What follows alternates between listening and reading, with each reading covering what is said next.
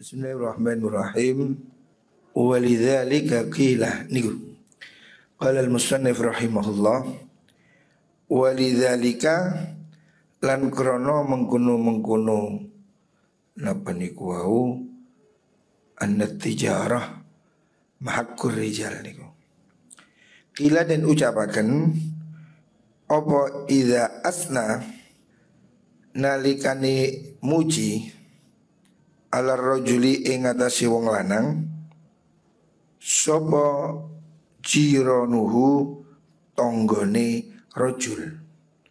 Apabila orang itu dipuji oleh tetangganya fil hadhari ing dalam ono omah, maksudnya kalau dia di rumah itu tetangganya memuji dia orang yang baik.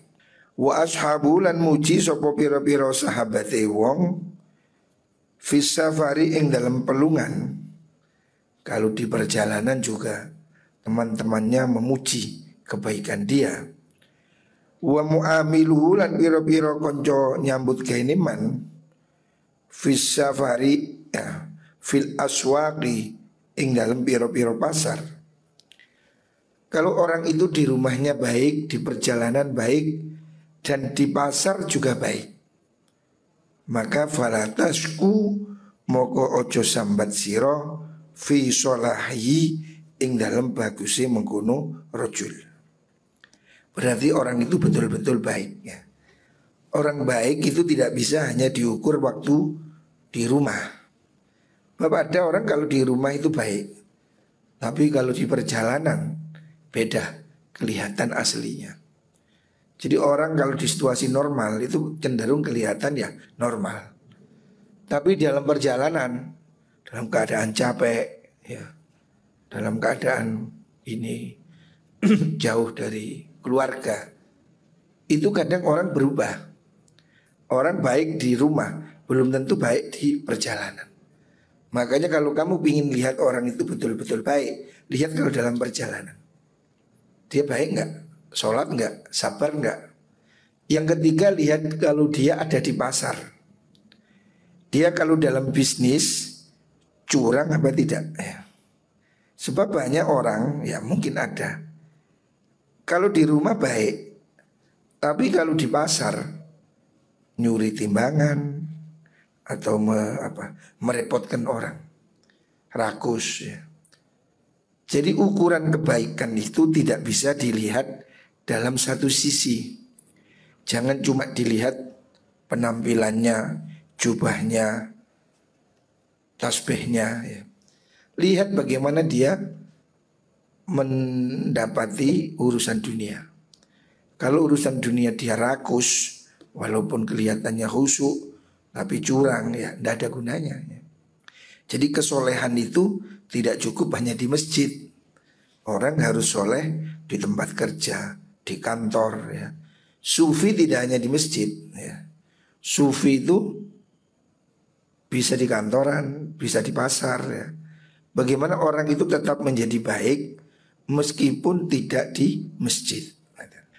Wa syahidalan nyakseni sintun nyakseni inda Umar ono sandingi Sayyidina Umar radhiyallahu an. Sopo syahidun saksi, ada seorang saksi di depan pengadilan Sayyidina Umar. Faqala mongko dawuh sinten mengkono Sayyidina Umar. Itini nakana nosironi ing ingsun. Biman kelan wong ya arifuka kang kenal sapa man ka ing sira. Fa'atahu mongko nekani sapa mengkono syahid hu ing Umar bi rajulin kelan wong lanang. Fa'atna mongko muji sapa rajul alaihi ing atase mengkono syahid khairan ing bagus. Faqala nuli dawuh lahu mare mengkono syahid sapa Umaru Sayyidina Umar. Ada orang sedang bermasalah kasus hukum di depan Sayyidina Umar ya. Kemudian dia oleh Sayyidina Umar suruh ngajukan saksi. Siapa yang menjadi saksi? Kamu ini jujur ya. Maka kemudian Sayyidina Umar, orang itu datang pada Sayyidina Umar dengan membawa saksi temannya yang memuji-muji dia. Artinya memuji bahwa ini orang ini betul-betul baik gitu lah. Faqala dawulahu maring mengkono rajul sapa Umaru Sayyidina Umar. Anta ana tau ta sira iku jaruhu tanggane mengkono rajul, tanggane mengkono syahid al adna kang parek alladzi ya'rifu kang weruh sapa jar madkhalahu enggon mlebune mengkono syahid wa makhrajahu lan nggon metune mengkono syahid.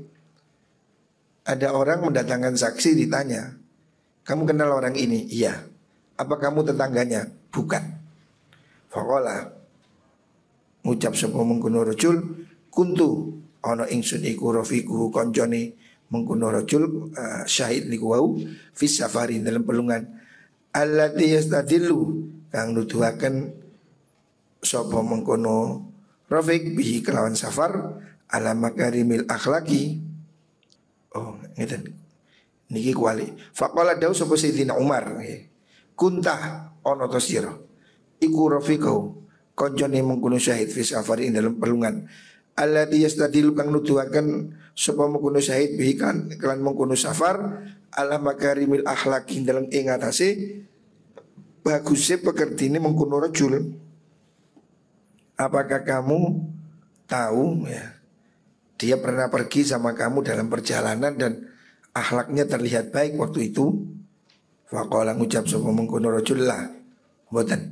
Qala dawu sapa Sayyidina Umar fa amal tahu ana tong nyambut gawe sira hu ing rajul bidinari kawan dinar wa dirham lan dirham alladzi yastabinu kang dadi pertelo bihi kelan mengkono muamalah dinar wa dirham dadi pertelo opo warur rajuli sifat wira ini wong lanang.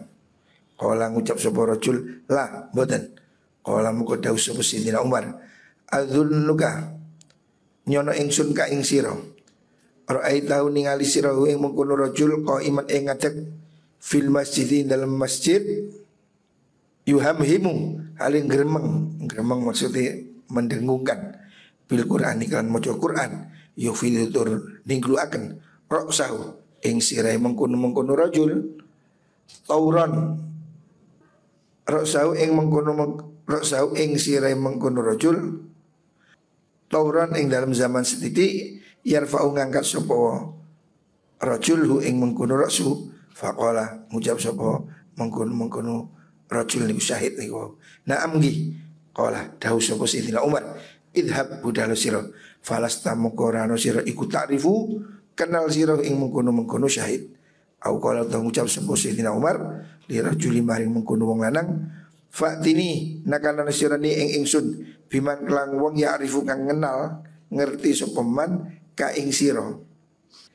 Artinya Sayyidina Umar menguji seseorang itu kenal dalam arti bisa menjelaskan dengan baik pada seseorang yang disebut kenal baik ya.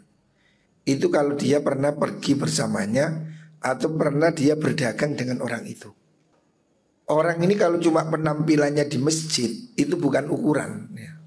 Ada juga orang yang rajin di masjid tapi dagangannya nyolong. Ada orang rajin juga pergi ke masjid tapi dia tidak jujur atau pekerjaannya tidak benar. Ada orang tipe begitu itu.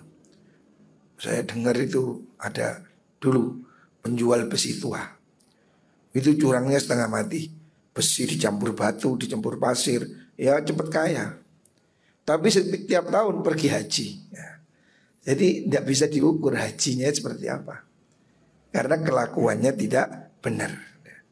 Makanya Sayyidina Umar ketika ada seorang saksi, kan harus dibuktikan saksi ini jujur apa tidak. Sayyidina Umar menyuruh dia mendatangkan temannya. Siapa orang yang kenal sama kamu. Akhirnya dia datangkan orang. Ditanya, kamu kenal dia? Iya. Apakah kamu tetangganya? Bukan. Apakah kamu pernah pergi dengan dia sehingga kelihatan dalam pergi itu dia baik hati, suka menolong, sabar? Dia bilang tidak. Apakah kamu pernah bekerja dengan dia sehingga itu dia jujur, wirai? Tidak. Maka ditolak oleh Sayyidina Umar. Berarti kamu gak kenal. Kamu cuma lihat dia di masjid. Ya. itu bukan ukuran. Namanya mengenal orang itu akan kelihatan baik atau tidak baik kalau dia itu sudah di pasar. Kelakuannya gimana? Jujur apa tidak? Begitu juga dalam bepergian. Orang dalam bepergian ini cenderung kelihatan sifat aslinya. Ngamuan, marah, tidak sopan ya. Karena orang kan capek, cenderung kurang kontrol. Makanya kalau kita ingin mengetahui kualitas orang itu, ya kita akan lebih tahu kalau kita pergi bersama dia. Saya bertahun-tahun mengikuti perjalanan guru saya almarhum Kiai Idris Marzuki Lirboyo. Saya tidur satu kamar dengan beliau. Jika saya melihat betul beliau itu sabar, beliau itu sangat istiqomah, yang baik ya. Bahwa kelihatan sekali kalau dia itu memang betul-betul baik. Sebab orang itu biasanya kalau pergi itu sudah berkurang jamaah umpamanya. Di rumah jamaah, pergi belum tentu sholat jamaah. Di rumah sabar, dalam pergi belum tentu ya. Makanya orang naik haji itu kan selalu dipesan supaya sabar. La rafatha wala fusuqa wala jidala fil hajj. Tidak boleh berkata kasar, tidak boleh bertengkar ya, tidak boleh berbuat dosa. Karena biasanya orang itu dalam perjalanan itu emosinya kurang terkontrol, sehingga kelihatan aslinya. Kita akan tahu sifat orang itu baik atau tidak. Itu tidak bisa diukur dengan pertemuan di masjid. Tapi lihat bagaimana dia bekerja, jujur apa tidak. Lihat kalau dia pergi, tertib apa tidak ya.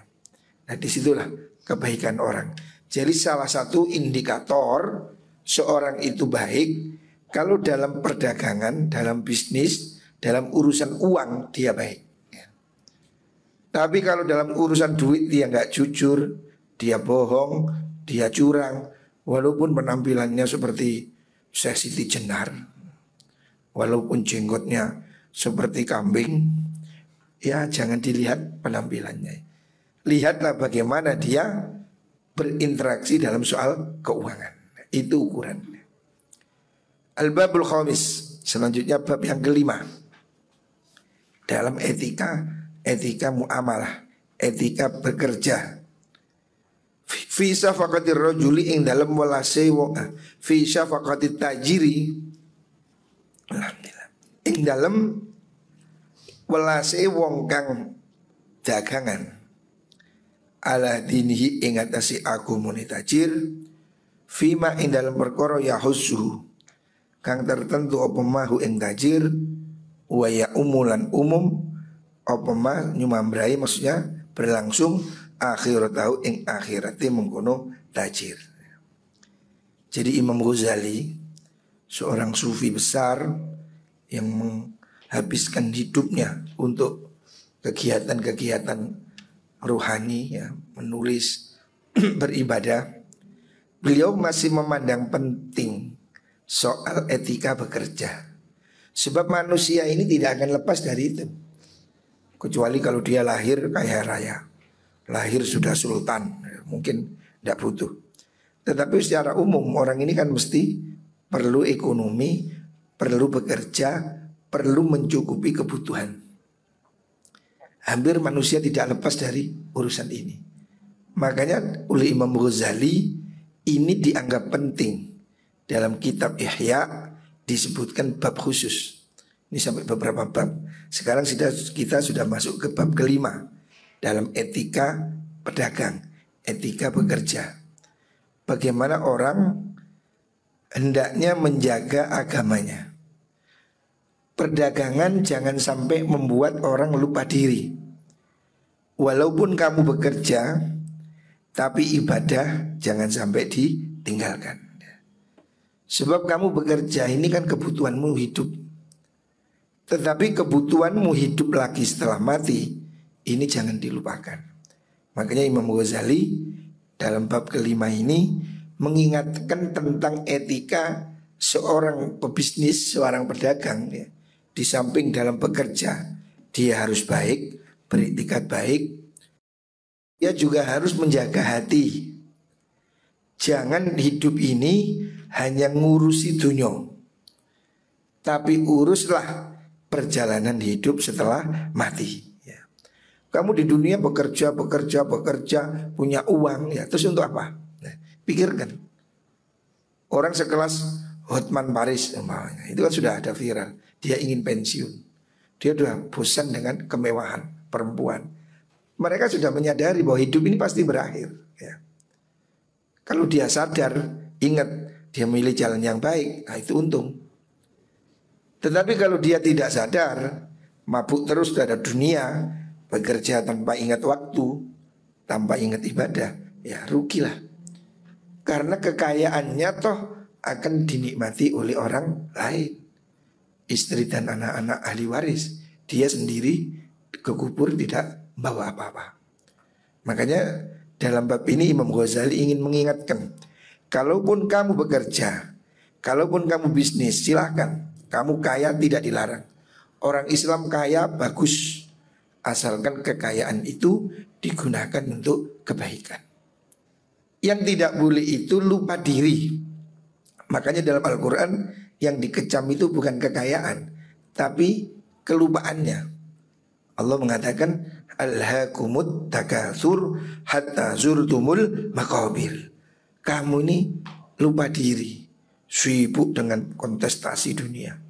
Punya 1 miliar, pingin 2 miliar, punya 10 miliar, kepingin 100 miliar. Dan tidak ada habisnya. Takasur, perlombaan terus. Kamu tidak puas. Kamu lupa bahwa kamu mesti akan mati. Hatta zurtumul maqabir. Sehingga kemudian tiba-tiba kamu udah mati. Selesai sudah. Finish sudah. Disitulah kamu akan menyesal. Makanya Imam Ghazali mengingatkan di sini etika pedagang. Kamu di samping mikiri untung, mikiri kerjaan, silahkan. Tapi adakan waktu untuk memikir kehidupan setelah mati. Akhiratmu itu, depositomu di dunia itu akan kamu tinggal. Yang ada deposito amal di akhirat. Walayam bagilan orang sayukju, tidak bagus. Litajiri kedua wong kang dagang. Apa ayusghilahu yang tonungkulaken hu ing tajir.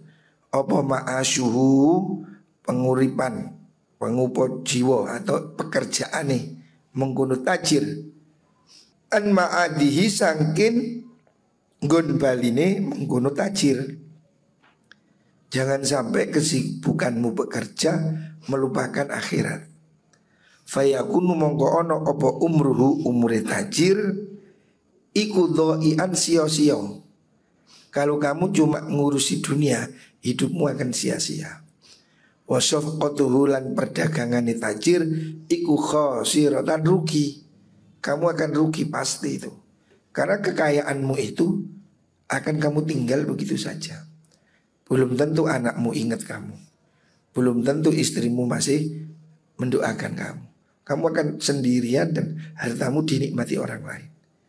Kalau kamu tidak sadar itu, kamu akan menyesal. Wa ma yafutuhu wa mau te perkara yafutu kang potu ingman tajir niku minar ribhi saking utang badi gitu. Minar ribhi saking badi. Fil akhirat dalam akhirat iku layafi orang nuhoni orang bandingi bihi kalan mengkuno maya futuhu minar ribhi apa ma perkara yunalu kang den perkole apa ma fit dunya ing dalam dunya. Apa yang hilang dari pahala akhirat itu tidak bisa ditukar dengan dunia seisinya ini. Taruhlah kamu kaya sudah triliunan bukan miliaran. Toh setelah itu selesai. Saya punya teman kaya raya kena COVID mati. Punya hotel, punya ini, punya itu. Mati sudah. Hartanya tidak bisa menyelamatkan nyawanya. Waktu COVID itu ada teman saya, pengusaha besar, eksportir, mati. Selesai kan? Hartanya kemana? Tidak bisa membuat dia panjang umur. Di dunia saja tidak bisa, apalagi menjamin dia masuk surga. Rugi. Kalau kekayaanmu tidak berfungsi ibadah, rugilah kamu di dunia. Fayakunu mongko ana sapa wong iku mimman setengah sangking wong istaro kang tuku sapa man al hayatad dunya ing kehidupan dunia bil akhirati kawan akhirat. Kalau kamu hanya sibuk kerja, kamu menukar dunia dengan akhirat, rugi pasti. Balil akilu balik utai wong kang duweni akal iku yang bagi sayukjo apa yasfika yen to welas sapa mengkun akil ala nafsi ing atase awak dhewe ne akil wa syafqatihi lan welasi akil ala nafsi wa syafqatuhu utawi welasi mengkuno al akil niku ala nafsi ing atase awak dhewe ne al akil iku bi hifdzi ra'si malihi kelawan ngrekso pokoke dunyane wong warok sumalihi te pokoke bondone wong iku dinuhu agamane wong wa tijaratu lan dagange wong akil fi ing dalam din. Orang yang cerdas menurut Imam Ghazali, orang cerdas itu orang yang mikir keselamatan dirinya, baik keselamatan di dunia ataupun keselamatan di akhirat. Orang dagang tentu tidak ingin bangkrut. Lah hidup kita, modal kita itu ya agama kita ini. Kalau agama ini tidak ada, apa artinya? Ya, banyak orang lain yang lebih kaya dari kita di Amerika, di Eropa. Mereka kaya dan tidak ada artinya. Terus setelah itu mati. Michael Jackson mati, Madonna turun mati, sing mati semua. Oh sakit lah artis mati. Toh kekayaan dia tidak menyelamatkan dia. Setelah mati selesai ya. Ceritanya habis, hartanya juga habis. Kalau kamu tidak berpikir menabung saat ini, kamu tumpuk-tumpuk dunia itu, toh setelah kamu mati, harta itu akan dihambur-hamburkan oleh anakmu. Belum tentu anakmu bisa meneruskan. Maka kalau kamu tidak nabung untuk dirimu, rugilah kamu. Qala da'u sapa ba'dus salafi, sebagian ulama salaf, aulal asya utawi luwih utama ni suci-wici bil akili kelawan wong kang duweni akal iku ahwajuhu perkara kang luwih mbutuhaken ing ahwajuhu luwih mbutuhaken asya syai ilahi maring akil fil ajili ing dalam zaman saiki wa ahwaju syai'in utai luwih den butuhaken suci-wici ilahi maring akil fil ajili ing dalam mangsa saiki iku ahmaduhu perkara kang luwih den pujine syai' akibatan apane pungkasane fil ajili ing dalam akhirat. Jadi sesuatu yang paling penting harus kamu lakukan, sesuatu yang bermanfaat untuk hidupmu ini. Nah, sesuatu yang bermanfaat untuk kehidupan ini adalah sesuatu yang akan bertahan sampai kamu mati. Karena kalau hartamu tidak kamu amankan sekarang, kamu cuma ngurus dunia, duit ditumpuk, kamu tidak berbuat baik dengan hartamu. Kalau kamu mati terus, toh hartamu itu lepas dari kamu. Harta yang sekarang kamu jaga, kamu simpan, kamu sembunyikan, pada akhirnya kan akan lepas juga. Tidak aman ya. Janganlah kamu hanya mikir hidup saat ini, cuma pikirkanlah juga hidup setelah kamu mati. Wa qala dawu sapa Mu'adz bin Jabal radhiyallahu anhu fi wasiyatihi, dalam wasiat Mu'adz bin Jabal, seorang sahabat berwasiat kepada anaknya, innahu sune kelakuan iku la budda ora kena ora laka kudu sira min nasibika saking bagian sira fit dunya ing dalam dunya wa anta utai sira ila nasibika maring bagian sira minal akhirati saking akhirat iku ahwajul butuh. Kamu di dunia ini pasti perlu bekal. Kamu tidak mungkin hidup di dunia ini tidak butuh apa-apa.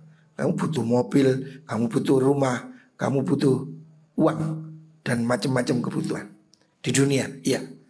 Lah, kamu itu juga lebih butuh sesuatu untuk di akhirat. Di dunia aja kamu mati-matian berusaha, padahal setelah itu terus selesai. Rumah yang tinggi, mobil yang mewah, setelah kamu mati kan kamu tinggal. Tetapi akhirat itu akan kamu tinggal di situ selama-lamanya.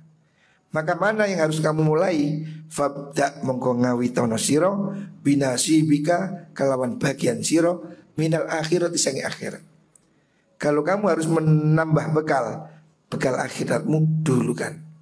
Fakhudhu ngalapo sirahu ing nasib minal akhirah. Fa innaka sunisira iku satamurru bakal liwat sira ala nasibika ing atase bagian sira minat dunia saking dunya. Kamu hendaknya lebih mementingkan sangumu untuk pergi ke akhirat. Sebab kamu ini toh di dunia ini hanya akan lewat, kamu tidak akan tetap ya. Satamurru ala nasibika minat dunia ya. Artinya dunia ini kamu akan tinggalkan ya. Kamu akan menuju keabadian di akhirat. Fatanzimuhu mongko ngatur sirahu ing mengkono nasibuka minat dunia.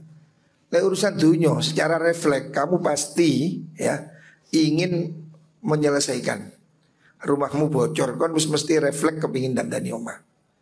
Sepedamu kempos kamu pasti tanpa disuruh, tanpa dalil kamu pasti kepingin benahi sepeda. Artinya kalau urusan dunia mau nggak mau mesti kamu akan lakukan itu. Kalau kamu punya uang kamu mesti bikin rumah.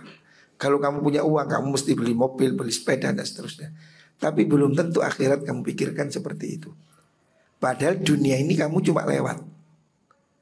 Sementara akhirat kamu akan tinggal selama-lamanya. Kenapa kamu kok sibuk? Kamu takut di dunia anakmu tidak naik kelas. Tetapi kenapa kamu tidak takut kalau anakmu tidak masuk surga? Harusnya kamu mikir seperti. Kamu di dunia ini kalau mobilmu jelek kamu malu, handphone jelek kamu malu. Padahal itu toh gak kelihatan, dikesak gak ketok. Tapi kalau amalmu jelek di akhirat akan dibuka dan kamu tidak masuk surga. Alangkah susahnya. Makanya Imam Ghazali mengingatkan, kita ini urusan dunia pasti akan kita lakukan. Tapi akhirat tidak semua orang yang sadar. Tetapi kalau kamu melakukan akhirat, jangan khawatir, duniamu pasti beres. Sama dengan orang nanam padi, pasti rumputnya tumbuh sendiri. Tidak perlu nanam rumput. Kalau kamu nanam padi, rumputnya tumbuh sendiri. Tapi kalau kamu nanam rumput, tidak akan tumbuh padi ya. Makanya yang harus kamu pikir itu padinya, akhiratnya.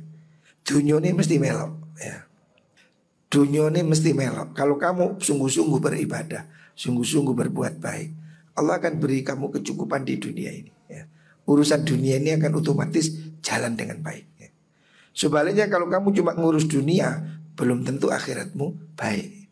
Makanya yang benar urusan akhiratmu. Dunia ini mau gak mau kamu pasti refleks.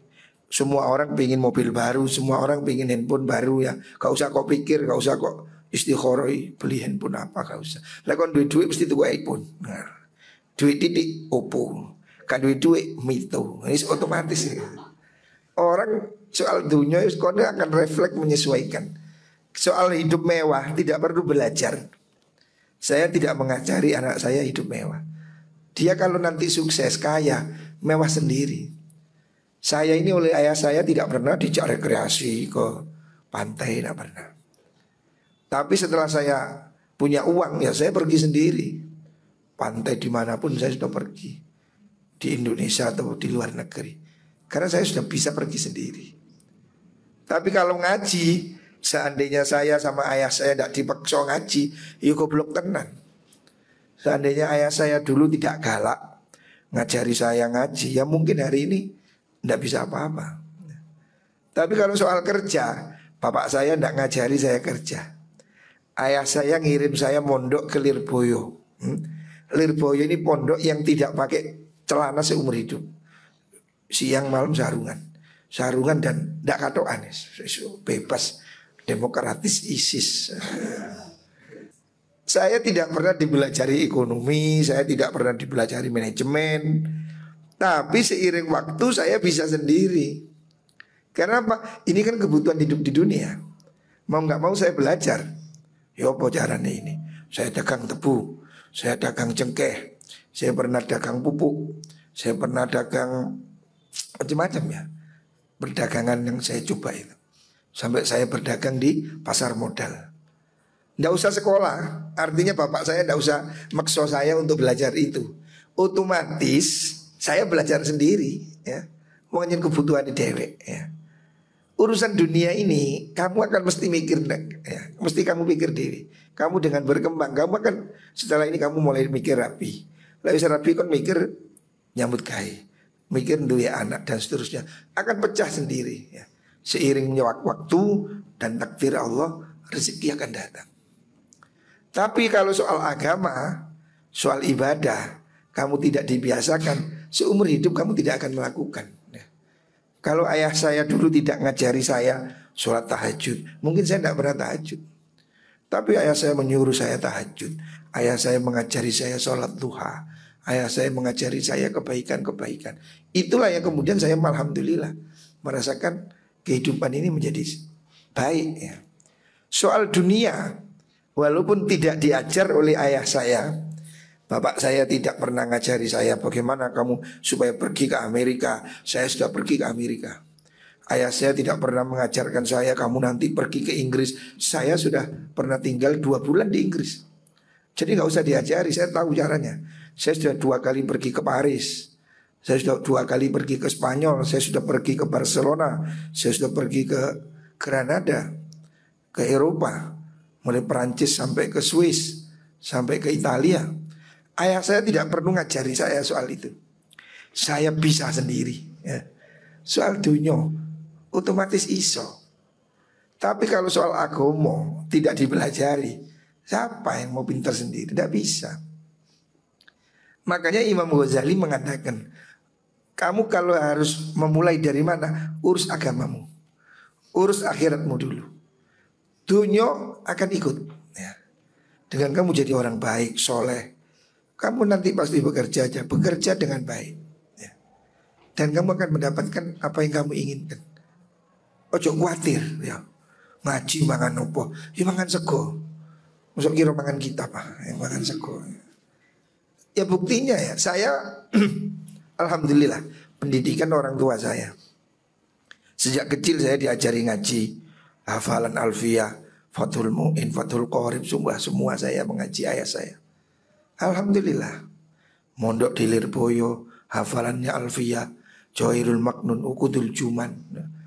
Tidak pernah belajar itu rumus kimia, sinus, kosinus, tangan, kuadrat, selali kabeh.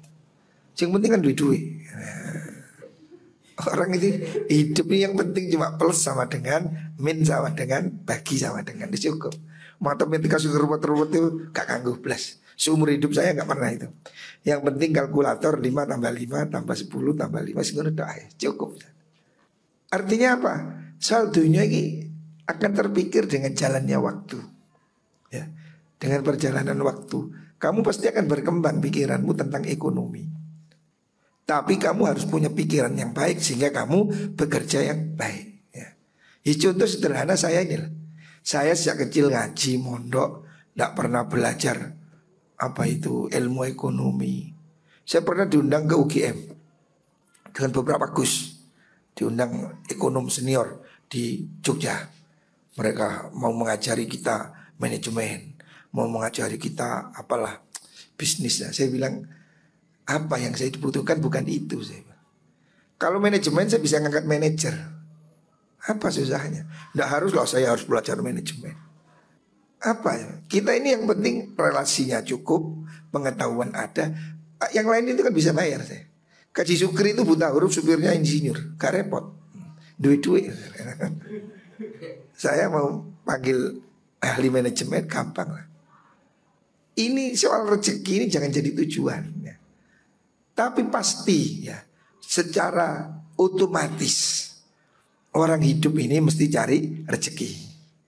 Orang hidup ini kemudian akan berkembang pikirannya. Ya contohnya saya mondok, terus sekarang saya ini pedagang di pasar modal. Bayangkan, tidak gampang orang bisa berdagang di pasar modal. Kalau di pasar Bulu Lawang saya punya toko, alhamdulillah sampai hari ini masih ada. Itu gampang ya. Modal sekian saya hari ini toko saya ya alhamdulillah. Tapi di pasar modal jauh lebih sulit.